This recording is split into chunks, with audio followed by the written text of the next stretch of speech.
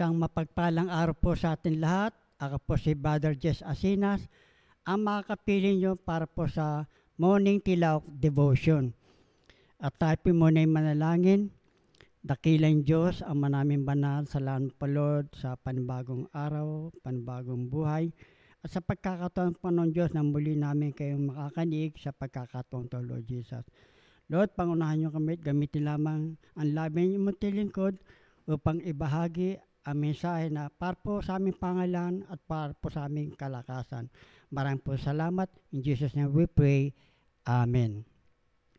Ang ating pong talatang babasahin at gagamitin ay dito po sa libro ng Ikalawang Timoteo, chapter 3, verse 16. Ang lahat ng kasulatan ay kinasiyahan ng Diyos at mapapakinabangan sa pagtuturo, sa pagsasaway, sa pagtutuwid at sa pagsasanay sa katwiran. At dito po ang ating Panginoon Diyos muli ang kanyang salita ay nagpaalala sa atin patung po sa isa pagiging servant. Ang ating pong pamagat sa araw to ay good and faithful servant. Ito po ay madalas na po natin nababasa at napapakinggan sa mga pagtuturo at pangaral. Dahil ito po ay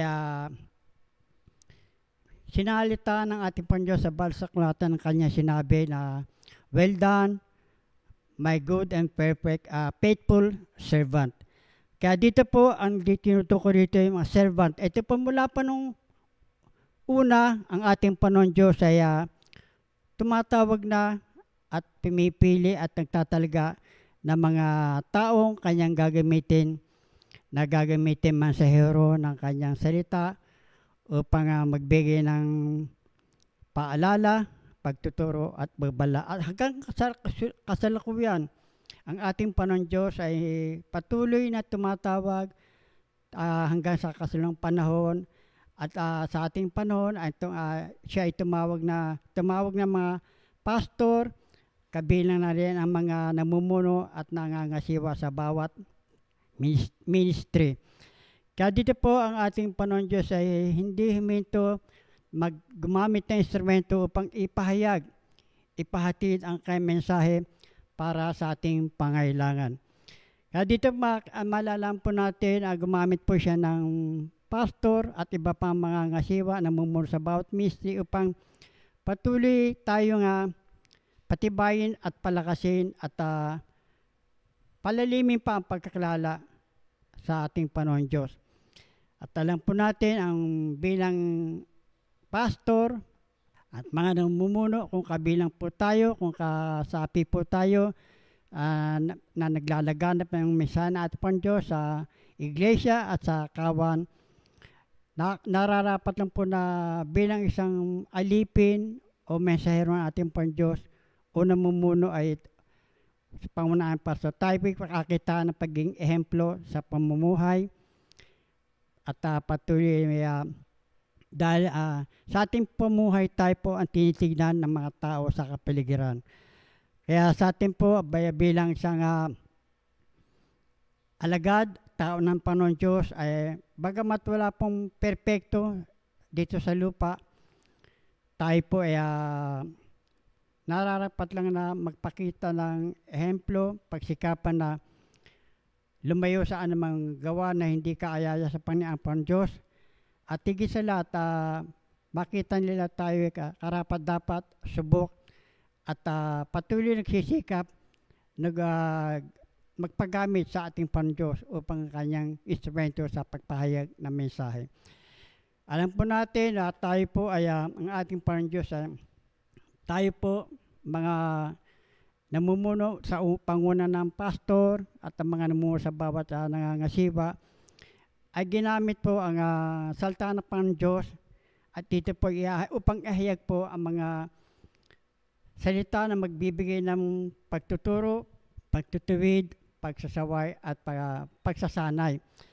Kaya dito po meron po akong tatlong kaparaanan. Balikan po natin talatang ating pong gagamitin. Ito po yung pagtuturo.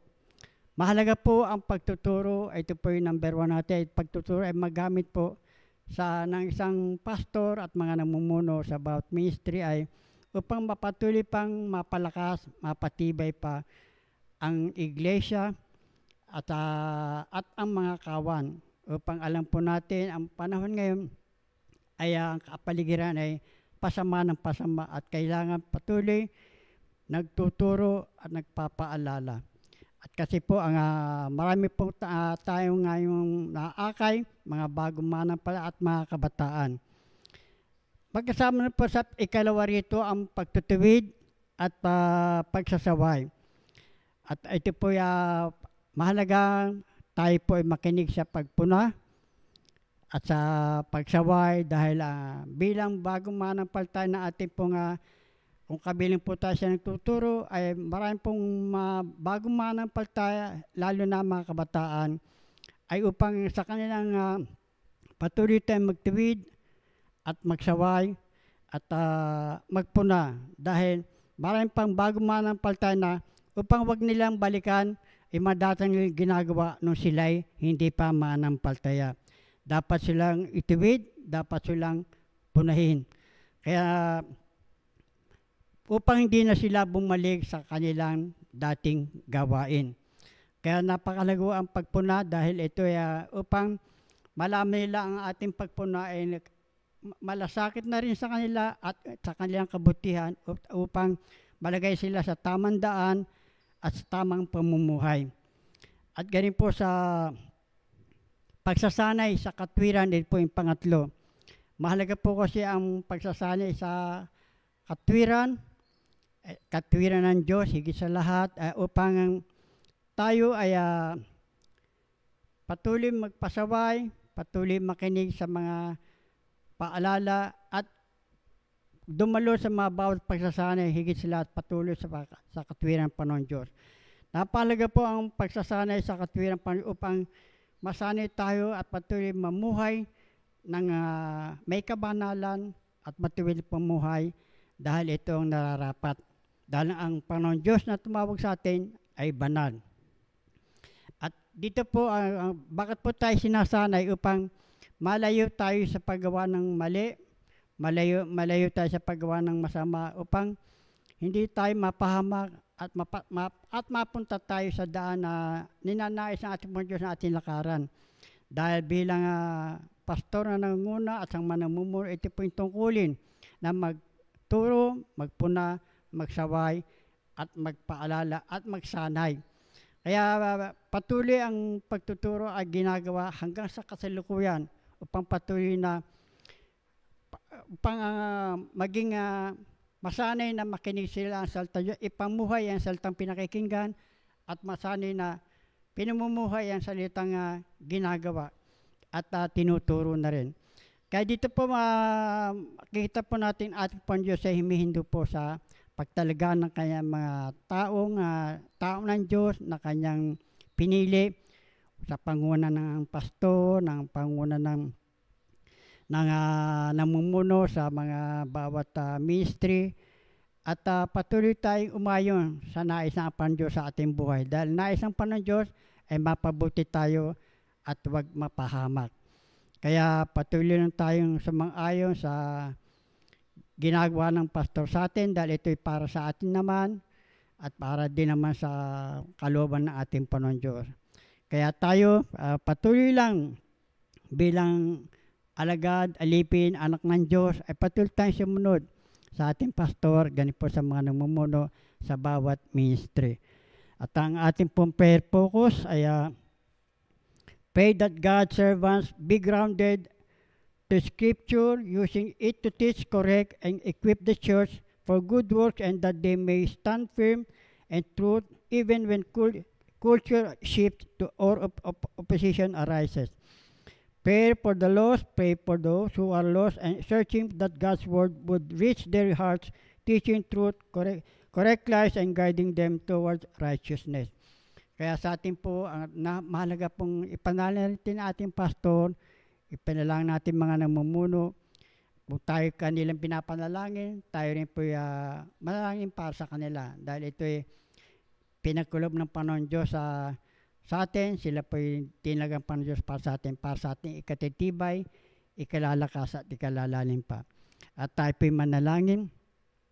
Dakilang Diyos, ang maraming banal, maraming po salamat Lord sa yung panguna sa aming araw to, sa aming devotion. Lord nawa Lord, ang aming pastor patuloy maging matibay pa, malakas, at matapang ipahayag ang mensahe mula sa iyong Diyos, at matapang na magsaway, magturo, at patuloy na ipaalala, magbigay ng babala sa bawat isa sa amin, Panginoon Diyos, upang huwag kaming malayo at matuloy kaming lumakad sa daan na ninanais mo no, aming lakarin, Lord Jesus. Maging matibay ang pastor at matatag sa bawat pagsubok, ano man ang dumating at anumang klaseng pangyayari sa buhay, hindi mo mahadlangan ang kanyang pagpanguna sa amin at sa iglesia at sa kawan Panginoon Diyos. Lord, maraming po salamat. Ganun po Lord, at patuloy Lord Jesus, ang maraming pang tawagin ng mga kaluluwa sa pamagitan ng pastor at sa mga namumuno. At ganun po Lord, patuloy Lord. Ganun po sa mga may karamdaman Lord, at patuloy kayong hipo yung kanilang mga katawan, buong ulo, katawan at hanggang sa maramdaman nila yung paghipo at kagalingan sa kalang karamdaman po ng Diyos. Lord, maraming po salamat. Tunay Lord, wala kang magagawa kung kami sa inyo. In Jesus' name we pray. Amen. Thank you. God bless. At salamat at magkita muli tayo.